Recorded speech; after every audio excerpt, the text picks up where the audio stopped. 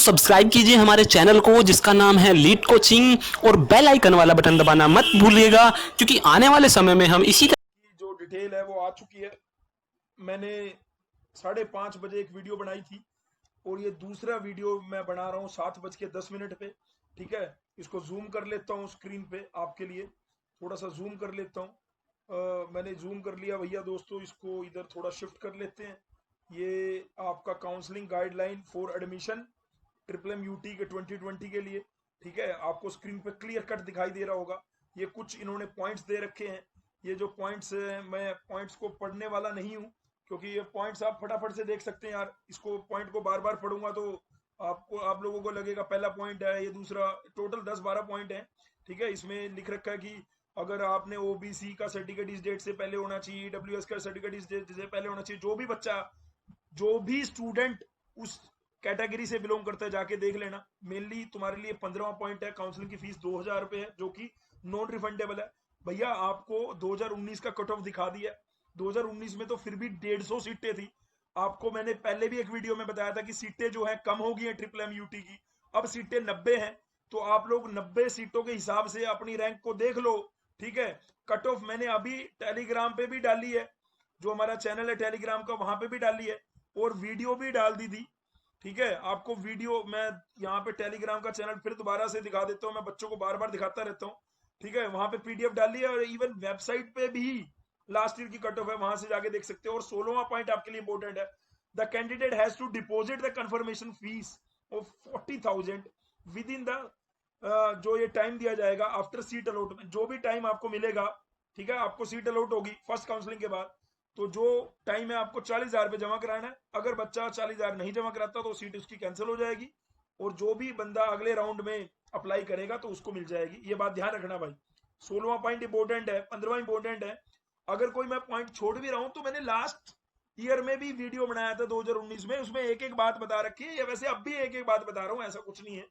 फिर भी अगर आपको कोई बात की डाउट रह जाए तो नीचे कमेंट सेक्शन में लिखना, तुम्हारा भाई आके रिप्लाई करेगा यार, कोई दिक्कत नहीं है। No relaxation of confirmation fees will be given to any candidate at the time of granting the admission। मतलब आपको सीट अलॉट होगी और आप कह रहे हो कि नहीं मेरे को थोड़ा सा टाइम चाहिए फीस के लिए, तो ऐसा वो तुम्हें नहीं मिलेगा। तुम्हें 40,000 रुपए अपने इकट्ठे करके रखने हैं, इसका मतलब। ठीक है, जो यूपी वालों ध्यान रखना, किसी को लोन भी लेना है तो एक बार तो इकट्ठे करने पड़ेंगे, उसके बाद लोन ले सकते हो आप। The allotment of the seat through counselling will be carried out. अब बच्चों को लग रहा है सर हमने जो एप्लीकेशन फीस भरी, जो एप्लीकेशन भरा था वो अलग है, काउंसलिंग फीस अलग है। भाई 2,000 रुपए नॉन रिफंडेबल है, वो अलग से आपको भरनी होगी। ठीक है, 21वां पॉइंट है, all information in the connection 2020 में। ये वाली, ये जो सारी इन्फॉर्मेशन पड़ी ना, ये आपको ब्राउजर में ऑलरेडी आप लोगों ने पढ़ ली होगी, कुछ मैंने नया बात नहीं पढ़ी। नई बात क्या है, ये आ रही है, ये नई बात है। ऑनलाइन काउंसलिंग प्रोसेस, पहला पहला प्रोसेस क्या है, step 4 online counselling process. The candidate are required to read the flowing step. भैया ये पहला स्टेप नंबर 1, इसको पढ़ लेना सारे, उसने ऊपर लिख रखा है। पहला, online registration for the counselling. All candidate are eligible for the counselling will have to use their MET 2020 application from number password to register. जब भी आप करेंगे ट्रिपल एम यूटी की वेबसाइट पे करेंगे। पेमेंट काउंसलिंग फीस की भी वहीं पे ऑनलाइन गेटवे से ही होगी। स्टेप 3 में आपको अपने डॉक्यूमेंट अपलोड करने हैं, है ना। आप जब अपने डॉक्यूमेंट अपलोड करोगे, आपको 10th की मार्कशीट चाहिए होगी, आपको डिप्लोमा की मार्कशीट चाहिए होंगी। लेकिन हो सकता है कुछ बच्चे अभी फाइनल ईयर में आए हों, है ना। फाइनल ईयर यूपी में आपको पता ही है कि आप लोगों के एग्जाम जो है फर्दर पोस्टपोन कर दिए गए हैं 25 सितंबर से। तो उन लोगों को दिक्कत आएगी कि वो अपना इसमें अपना रिजल्ट कैसे, तो उन लोगों के लिए भी उन्होंने रास्ता दिखाया है। नीचे जाके आपको एक उनके लिए अंडरटेकिंग फॉर्म फिल करना है, वो आप फिल कर सकते हो। फिर भी किसी को डाउट रह गया हो ना मेरी बात बोलते बोलते, क्योंकि मैं फास्ट बोल रहा हूँ भाई, ये अभी 7:10 पे आया है और मैं लग गया इसको बनाने फटाफट। ठीक है, तो अगर कोई बात रह भी जाए ना तो अपने भाई को माफ कर देना और नीचे कमेंट सेक्शन में पूछ लेना। ठीक है, हम भी इंसान है यार, हम लोगों से भी गलती होती है। बाकी हम लोग फैकल्टी है, कोशिश कर रहे हैं कि आप लोगों को जो रिसोर्स दे, जो आपको इस वीडियो में बताए, मिनिमम से मिनिमम एरर हो उसमें। स्टेप 4 क्या है, चॉइस फिलिंग। भाई चॉइस फिलिंग बहुत इंपॉर्टेंट है। लेकिन देखो यार, आप लोगों की इसमें क्या है, 5-6 ब्रांचेज हैं, आप कौन सी ब्रांच में लेना चाहते हो ऊपर लिख दिया। उसके बाद अगर आप कोई दूसरी अपनी ब्रांच चेंज, पहली बात तो ब्रांच चेंज नहीं करनी चाहिए। लेकिन अगर आपको चाहिए भाई मुझे तो ट्रिपल एम यूटी लेना है, चाहे कुछ भी हो जाए, तो भैया तुम ब्रांच चेंज कर लो। बाकी मेरा सजेशन ये है बीइंग ए टीचर कि आप जिस ब्रांच से डिप्लोमा किए उसी ब्रांच में रहो, अनटिल अनलेस आपका बहुत ज्यादा इंटरेस्ट नहीं है ब्रांच में तो आप लिखो। उसके बाद लिख रखा है कि चॉइस लॉक कर दो। चॉइस लॉक करनी जरूरी है भाई। अगर एक बार आपने चॉइस लॉक कर दी तो कितने भी राउंड हो आप अपनी चॉइसेस को चेंज नहीं कर पाओगे। Once the choice are filled in, the candidate are required to check the order of preferences of choice accordingly. If any alteration in the order of preference are required, rearrange करो उसको। अगर एक बार preferences choices को आपने final कर दिया, the candidate can lock the choices by the clicking the submit button. Thereafter the candidate will receive an OTP. Registered email or mobile number should be used for the locking of choice finally.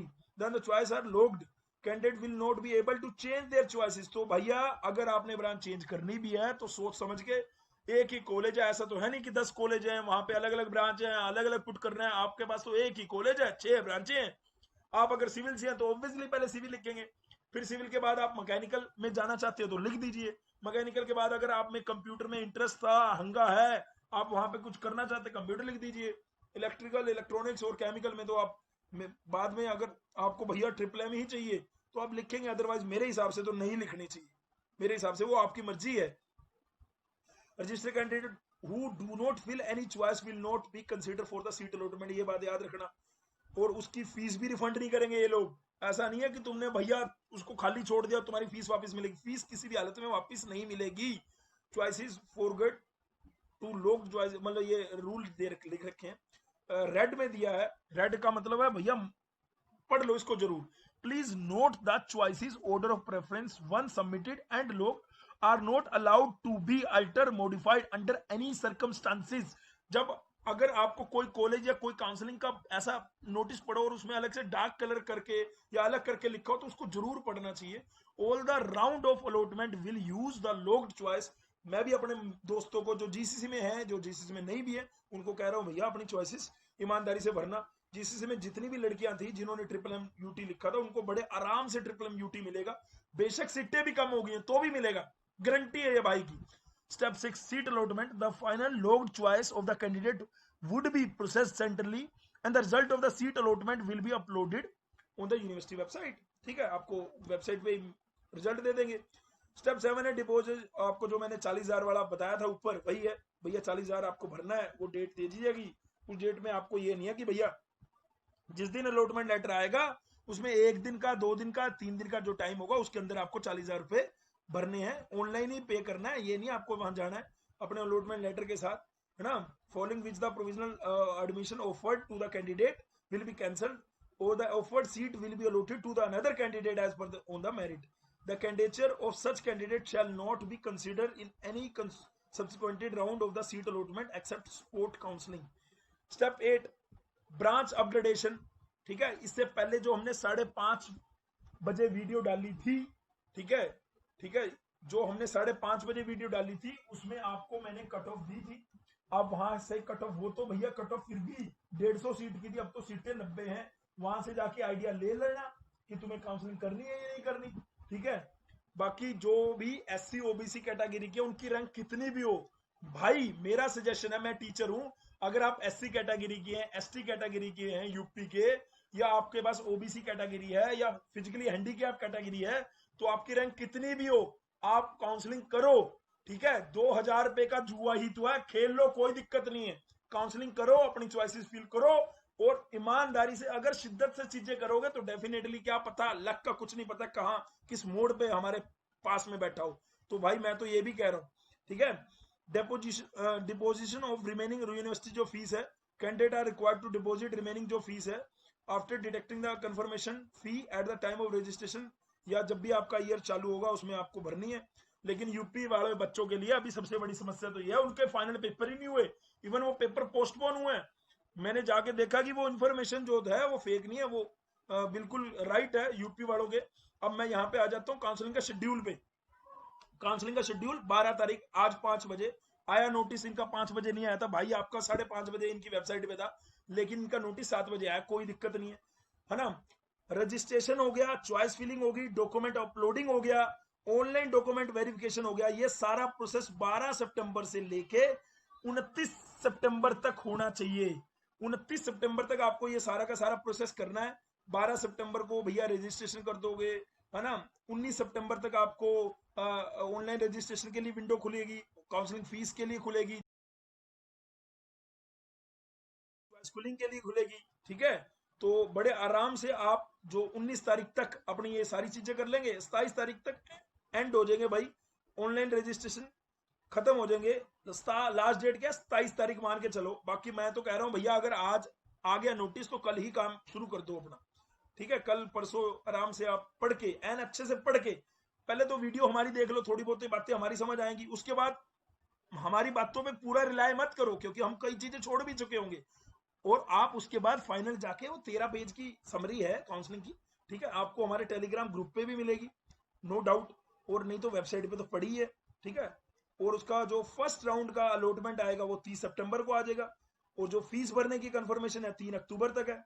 फिर उसके बाद जो बची हुई vacant seat है 4 अक्टूबर को दिखाएंगे, उसका राउंड 6 अक्टूबर तक, उस 4 से 6 के बीच में फीस भरनी होगी, ऐसे करके उसके बाद 6 के बाद ये फाइनल कर देंगे। जो ये आपकी डॉक्यूमेंट क्या क्या चाहिए जी अपलोड करने के लिए, बिल्कुल एक तो आपको एडमिट कार्ड चाहिए, एक आपको डेट ऑफ बर्थ के लिए 10th की मार्कशीट चाहिए, बीटेक लेटरल एंट्री वाले को जो लास्ट क्वालिफाइंग एग्जाम थे यानी डिप्लोमा का फाइनल मार्कशीट चाहिए। अगर वो नहीं है, तो नीचे मैं आपको दिखाऊंगा एक एक इन्होंने दिया डॉक्यूमेंट, वो डॉक्यूमेंट आप अंडरटेकिंग करके उसको आप दे सकते हैं।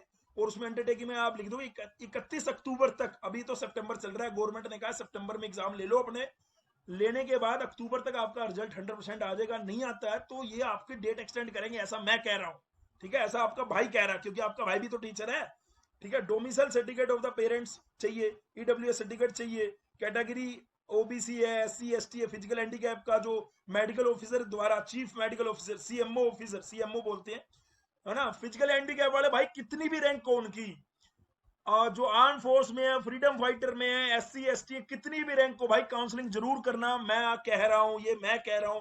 हालांकि सीटें कम हो गई फिर भी मैं कह रहा हूं जरूर करना भाई। रूरल वेटेज इनको मिलेगा, जो मेडिकल फिटनेस सर्टिफिकेट भी भैया सबको देना होता है, ये तो जो भी डिग्री करने जाता है मेडिकल सर्टिफिकेट सबको देना होता है।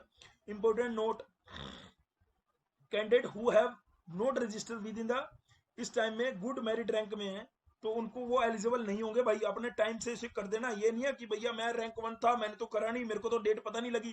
तो भाई इस वीडियो को जो भी तुम्हारे भाई बंधु हैं उनको इस वीडियो तक पहुंचा देना भाई। हम भी तुम्हारे लिए 2 घंटे पहले आए फिर आ गए, और हमारे लिए भी थोड़ा सा इतना परोपकार करो, चैनल को थोड़ा ग्रो कराओ हमारे, और इसको भैया सब्सक्राइब का बटन दबाओ हमारे भी, जितना हो सके इतना तो कर सकते हो तुम, तुम्हारे हाथ में यार, ये तो करो भाई। उसके बाद मैं आता हूं यहाँ पर डायरेक्ट जो बीटेक लेटरल एंट्री की, जो बीटेक ईयर फर्स्ट ईयर की दिखा रखी है, बीटेक लेटरल एंट्री की टोटल सीटें ये मैंने ऑलरेडी आपको बता दिया था भाई, कि इस बार 150 सीटें नहीं है, वही बात है, इस बार मैंने आपको बताया था, ठीक है।